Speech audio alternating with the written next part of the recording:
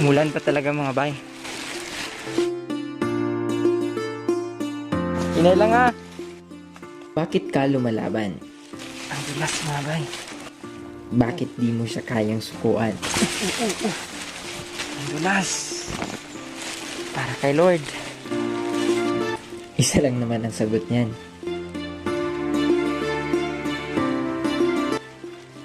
Dahil mahal mo. Oo, mahal mo.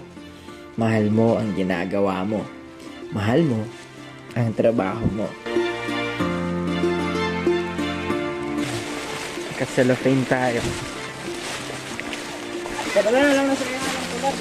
Sige lang, okay lang. Nung bata ako, madalas na wala kaming makain. I mean, hindi sapat na pagkain mga bay.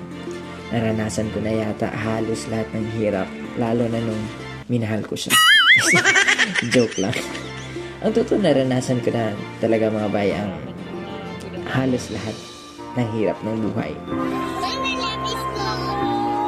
Kaya noong nabigyan ako ng oportunidad upang pagaanin ang hirap na dinadanas ng ating mga kababayang kinakapos, So nabasa yung mga solar natin mga bay dahil umulan kanina. Pero hindi naman na-affect yung quality niya mga bay. kahit sa isang kainan lang o sa isang araw man lang mga bay, tinodo ko na syempre.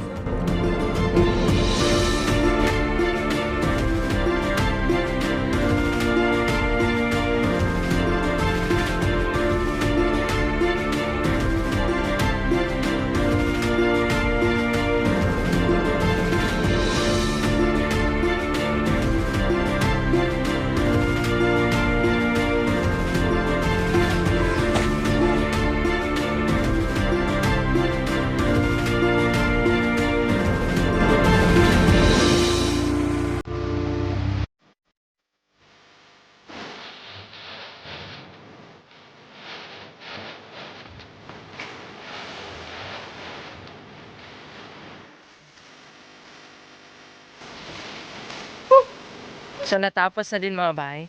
Natapos na din yung outreach natin dito sa Sitio Dumahook. And we're so happy mga bay. Even nakakapagod yung daan. Even basta mga bay, I'm so happy. Na natapos natin yung outreach program natin. Maraming salamat dun sa ating Victorious Fam, Ma'am Sarah Sullivan of Canada, Ma'am Ivy Mariano of Hong Kong, Ate A, thank you so much, Ma'am D, Ma'am Lorna, Sir Rolly, thank you so much sa pag-support, always na pag-support ng sa ating munting channel. And of course, sa lahat ng Victorious Fam, maraming salamat po sa ating lahat. Ayan. So parang hindi sila napapagod mga bay. Say hi. Hi to the vlog. Ilang buwan ang makalipas nang mabisita ko ang lugar na ito mga bay. Agad akong nabighani at namangha sa katatagan ng mga namumuhay dito. Buti pa nga sila mga bay, matatag. Di tulad ng relasyon ng iba dyan, medyo malabo na. Kidding aside mga bay, gusto ko talagang bumalik dito. Kahit na mahirap, mabato, maputik, madulas, at nakakapagod na ang ilaban sa nakakapagod ang paglalakbay, marating lang ang lugar na ito mga bay. Hayaan niyo ako mga bay na ilahad sa inyo ang aming journey. Pagkatapos naming maihanda ang mga kailangan dalhin, nagantay na kami ng masasakyan namin papunta sa Dumahook.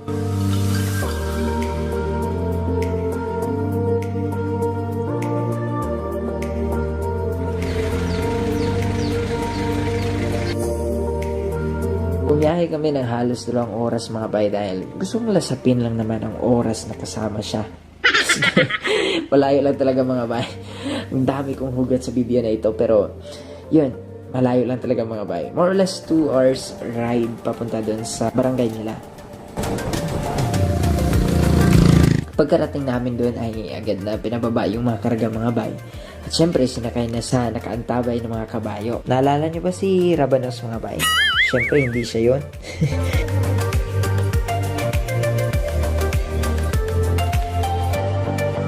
Kahit na umaamon, patuloy pa din kami mga bay sa paglalakbay. Ngayon, with 2 wheels na. Gulong ng paa. Kala nyo, gulong ng palad, ano? Umulan pa talaga mga bay. Basa na kami. May cellophane ako mga bay. Pastor Darrell, meron siyang kapote. May raincoat siya kaya okay lang sa kanya. Hihingal ako mga bay. Mainit. Para kung nakasauna nito. Kasi may suot na cellophane. Mainit habang umuulan. No? Ano ba to? Pero thankful pa din mga bay kahit pa paano. No, naging instrument tayo.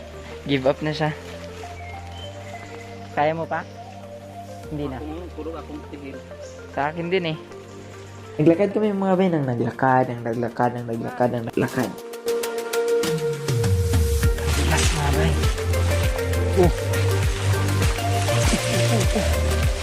Bilas.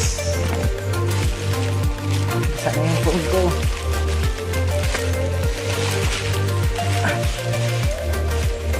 Bilas mga bay.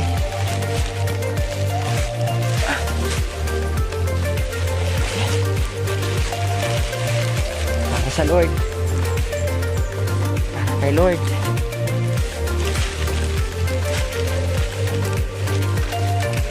Ganda ng experience na ito.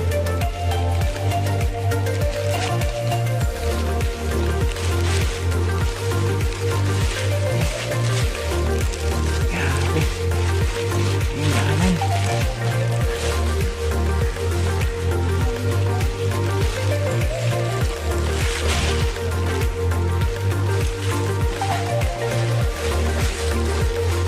Nahihirapan yung mga kuda natin. Nahihirapan sila.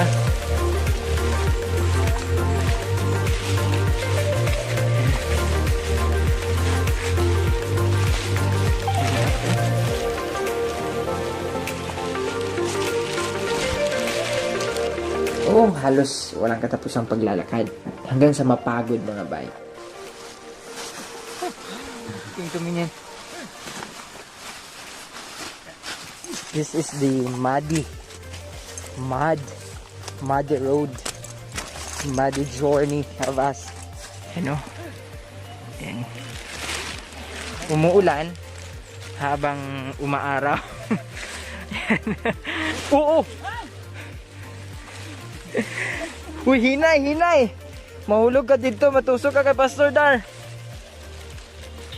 Napakadulas mga bay. May biktima na. Mag-ingat tayo mga bay, baka mahulog tayo dun. Isang mahulog tayo.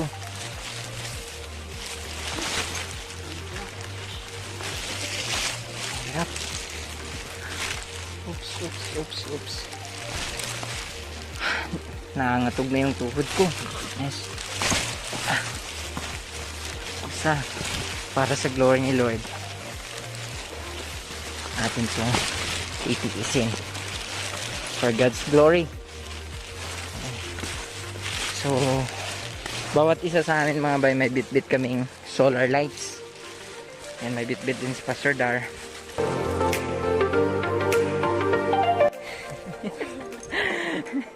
Maganda pa din sila oh. Kamusta Ma'am Chris? Sir Just Heart, kamusta? Sa wakas, narating din namin ang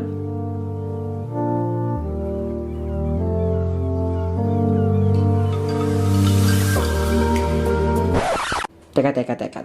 Hindi pala yan mga bay. Wala pala tayong drone.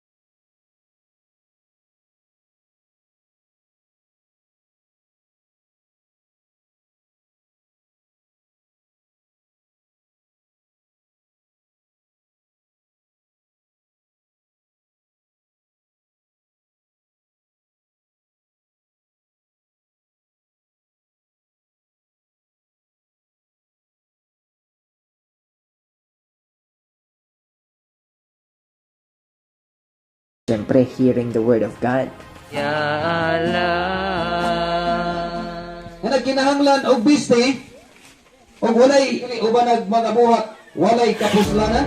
James chapter 2 verse 14 to 17.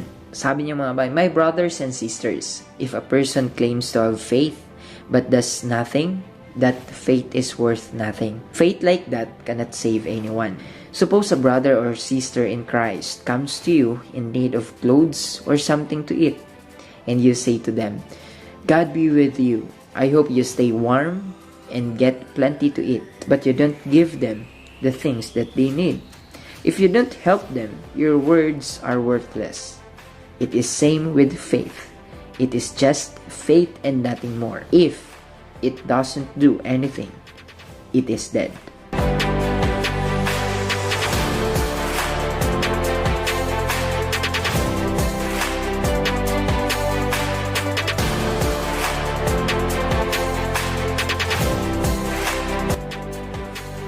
So we had a fun games mga bay with the locals there. Gaya ko ninyo, og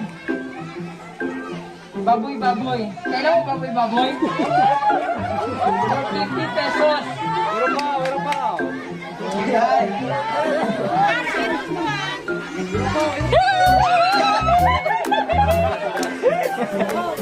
So, meron tayong baboy-baboy dito mga bay. This one.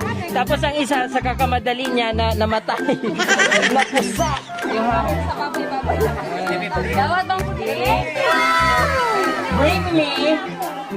Bring me a peso bill, a peso coin. Hindi tayo magkauna, mag-atag sa kong piso. Nara isa. Dua. And ay dua. Alright. Ano sa'yo pangalan na niya, te? Ang piso, gawin natin 100. Isa ba ito isa? Galing ko ninyo og puti nga bulak, white flower. Puti nga bulak, isa kung sa nga bulak, basta puti. Okay, one.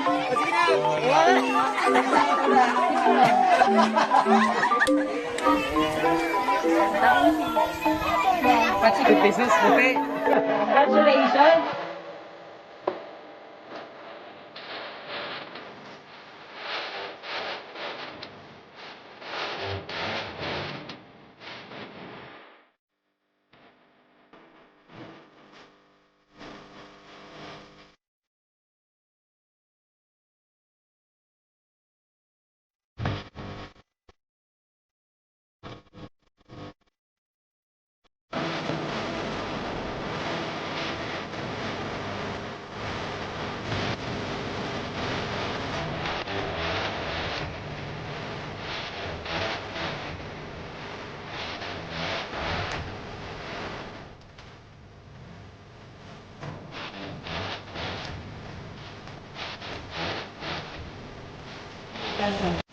Bring me.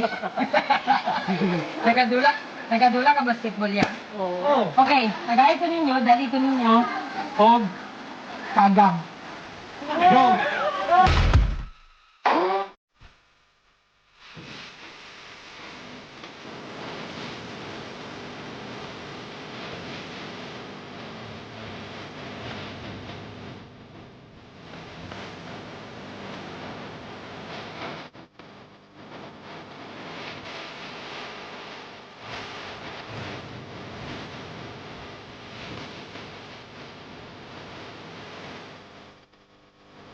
Pero ang nauna is, ang sabi niya na kuya? Domingo.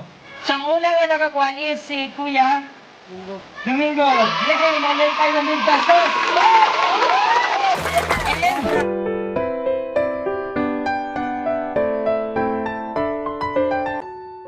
We also talked to them and of course, thank them mga bay for letting us help them. Kinahanglan ang pagbuhat, no? After ka, adunay pagtuo sa atong buhay nga Dios. And kung kulang pa atong pagtuo sa atong buhay nga Dios, pero mangayo ta sa Ginoo, Lord, kuha kini nga kabalaka.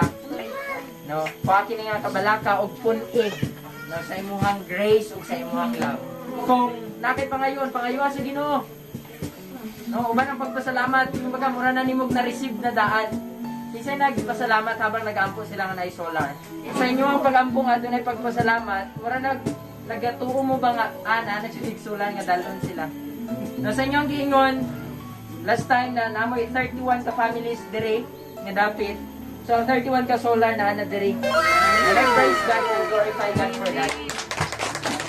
Kami mga tulay lang po niya ha. And of course mga bay, distribute na din namin yung mga gift na dala namin. No, merong 31 solar lights, 31 sacks of rice for 31 families. Nagdala din kami mga bay ng some biscuits, candies, and of course, school supplies mga bay. All thanks to our generous sponsors. Ate Marieta Cabudol, Ate Ging and Kuya Mario, Ma'am Sarah and Sir Barry Sullivan of Vancouver, and of course, Ima Ivy Kitchen mga bay. Thank you so much po at napasaya ninyo ang ating mga kababayan.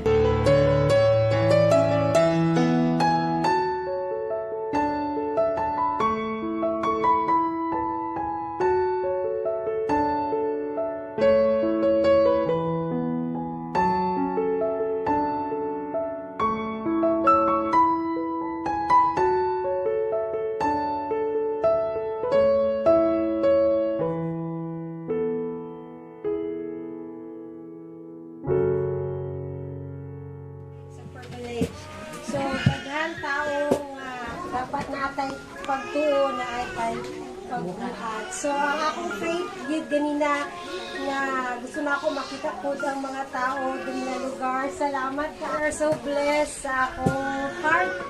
Na grabe ang kita na akong sacrifice ninyo sa dalan pala. Pero sa amon kagaila, very amazing. Kumbaga natingala kami na grabe ang mga tao din nakasustain. Makapadayon sila sa pagbuo sa kalisod pinaagi sa tabang sa Ginoo. So sa gamay nga paraan, happy good ko nga naging part. Nakaupod ko ni thank you Sir Sam. Ang iatag mo sa Glory to God. heart is kalipay. So sa king nga lugar may arap pa ng tao sa pinakaitalom, no? Nga namuyo. Kontento sila sa ilang kinabuhi. So Amen. hoping susunod kung may arap pagid feeling pa kami magbalik din. Ang ilang life, naging challenge sa aton. Mga lagad ka sa Ginoo. Tanan-tanan, thank you po. I pray nga, kini nga lugar, daw pang panalangin mag-abot, kag maglambo, git ka mo. Salamat sa pagbukas. Dito sa mundo mga bay, hindi importante kung sino ka. Ano ang napagdaanan mo at ano ang narating mo. Ang importante mga bay ang puso. But always remember, heart is deceitful. So it's better to listen to God, the one that controls and owns everything. Do as He says, walk as He guides, and enjoy the best gift we ever had. Life. To God be all the glory and honor. Daghang salamat sa mga nag-sponsor. Nang dako nga pasalamatan namo kay ang grasya giubanan sa paghinuosa. Dagan kay salamat sa inyong tabang at suporta sa among bisan sa kalisod sa among himtang diri apan salamat sa Ginoo kay naamo nga nagpagamit sa iyaha. Daghan gyud kay salamat. Dili na ko explain ang akong pagkukuan sa inyo ha. Thank you. Wala gyud mabutangan sa among kalipay nga natabangan mi. Bisan di ay kanang nagpuyo mi diri na adi ay kanang Ginoo nga iyang gigamit ba nga mauna makakita sa among adiri makatabang sa among kalisod labi na ng mga suga gabi magamit yun na namo maka-answer module. Oh, okay. Yay! Amen. Glory to God. And mabuhay kita nga tanan. Victoria Simpson would like to thank the following: Ate Marieta Cabudol, Ate Ging and Kuya Mario, Ma'am Sarah and Sir Barry Sullivan, Ima Ivy Kitchen, Ma'am Honey Chris Paglinawan, Team VS, and the BLGU of Dampit Matalam. Stay connected to God, and God bless us all.